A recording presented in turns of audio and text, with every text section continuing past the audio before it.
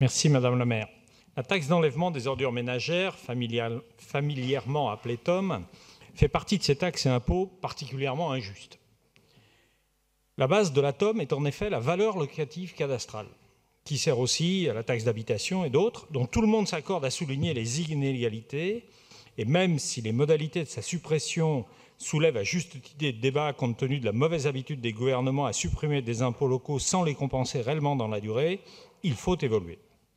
Cette suppression aurait dû logiquement se traduire par une refonte du principe de la TOM.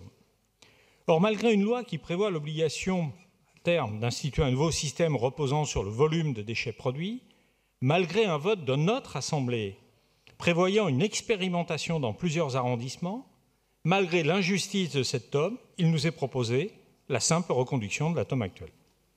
Alors certes, une légère modification interviendra dans la présentation comptable et budgétaire, puisque la TOM et la taxe de balayage pourraient être affectées de façon conjointe au nettoiement au sens large.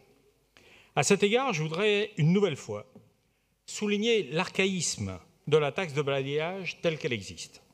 Tout d'abord, tout le monde ne la paie pas. Si votre immeuble ne jouxte pas la rue et que vous n'êtes pas dans une copropriété, vous ne la payez pas. Ainsi, dans un groupe de logements sociaux, seuls les locataires des immeubles donnant sur la rue la paient. De plus, son montant dépend de la largeur de la rue.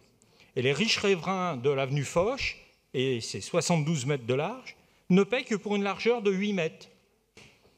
Le reste, c'est l'ensemble des Parisiennes et des Parisiens qui financent à travers la TOM. Est-ce juste? Non, évidemment. Alors, Madame la maire, je voudrais que vous nous disiez quand l'expérimentation promise débutera. Quand organiserez-vous un groupe de pilotage pour cette expérimentation afin qu'on puisse tester les différentes solutions et méthodes? J'aimerais aussi que vous nous disiez pourquoi vous ne voulez pas suivre ou même étudier la proposition visant à supprimer la taxe de balayage et augmenter à due concurrence la taxe foncière, ce qui serait plus juste. Faut-il rappeler que la taxe de balayage, c'est une exception à Paris et dans quelques très rares villes en France. Je vous remercie.